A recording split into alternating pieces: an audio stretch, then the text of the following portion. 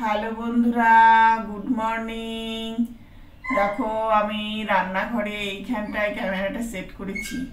অনেক চিন্তা ভাবনা করার পর ক্যামেরা সেট করতে পেরেছি যে সবাই পুরো কাজটা দেখায়, পুরো শরীরটা দেখায়, তবু আমার দেখো এই রেঞ্জে এতটুকুই আসছে। তো যাই হোক, আমি যতটুকু পারছি দেখাচ্ছি। আর আজকে সানডে, সানডে তো ফান্ডে। তো আজকে সকালে তো ব্রেকফাস্টে রুটি হয়ই প্রতিদিন। আর তোমার কি বলে দেখি, আজকে ওর বাবা মনে হয় পনির এনেছে। এই দেখো, ওর বাবা পনির এনে রেখে গেছে, এখন বাজারে গেছে জজবানির জন্য চিকেন আনতে।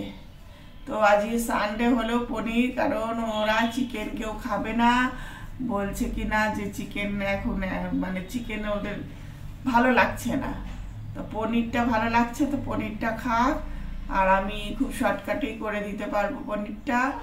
যাই হোক, ও ভালো কথা যেটা বলতেই ভুলে গেলাম, ভালো কথা না, এই দেখো আমার চোখটা দেখো কালকে রাত্রির থেকে আরো বেশি লাল হয়ে গেছে। আগের ভিডিওতে দেখেছো নিশ্চয়ই, রাতের ভিডিওতে। তো ঠিক আছে বন্ধুরা, সাথে থেকো, আমি আসছি। সারাদিনে কাজে যতটুকু পারবো তোমাদের শেয়ার করব।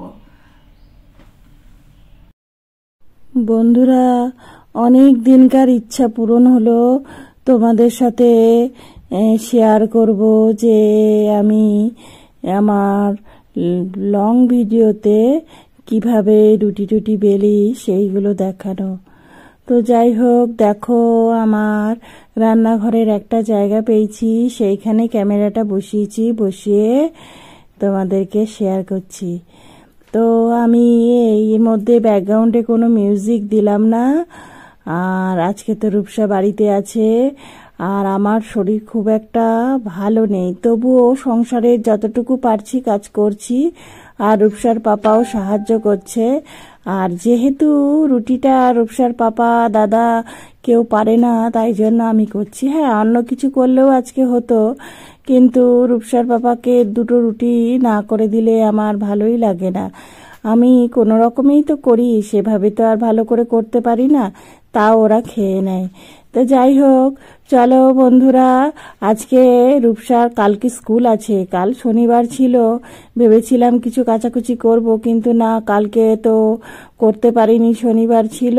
তাছাড়াও আমি এমনি ইচ্ছা করেই করতে পারিনি, আমার শরীরটা একটু জ্বর জ্বর মতো ছিল, বেশি ঠান্ডা লেগে গেলে তো অসুবিধা হবে।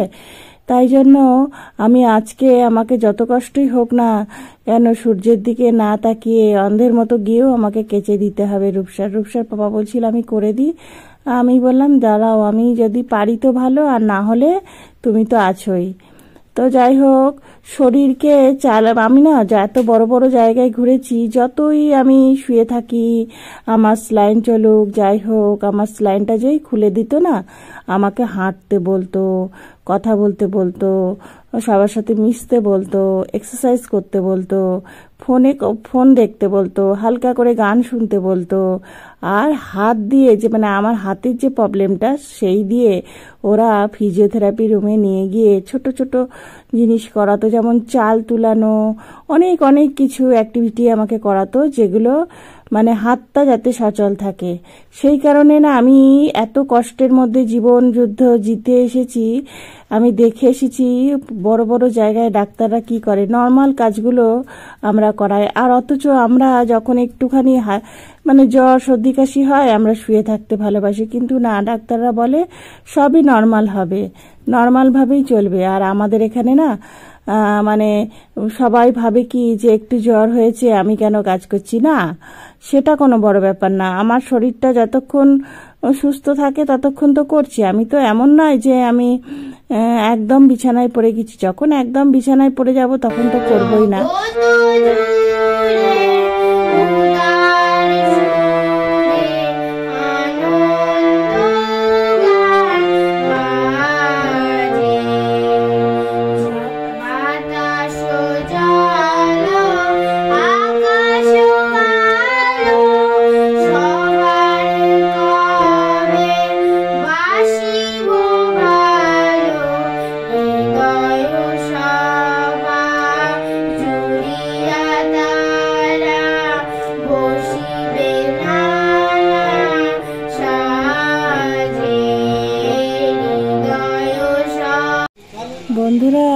যাচ্ছি রূপসাকে নিয়ে গানের স্কুলে যাওয়ার পথে দেখো একটা মন্দিরের সামনে কত সরস্বতী ঠাকুর সাজানো আছে।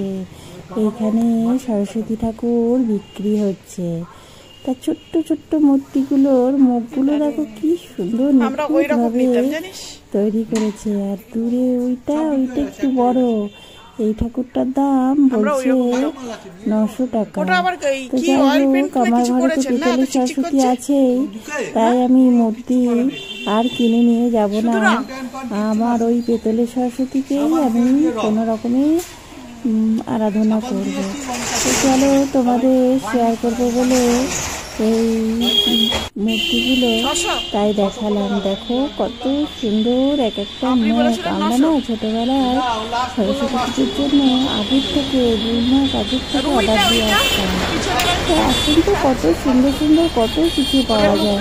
যাই হোক, আমাদের ছোটবেলাটা আর এখনকার ছোটবেলা সবই অনেক পার্থক্য। কারণ ডিজিটাল ইন্ডিয়া তো এখন অনলাইনেই সরস্বতী ঠাকুর পেয়ে যাওয়া যাবে। তো চলো বন্ধুরা, তোমরা দেখো সরস্বতী ঠাকুরগুলো কেমন, আর আমাকে লিখে জানিও কমেন্ট বক্সে যে কেমন। চলো যেতে যেতে কথা হবে। তো আমি আর রূপসা আজকে হেঁটেই যাচ্ছি। হেঁটে না গেলে না এগুলো শেয়ার করা যায় না।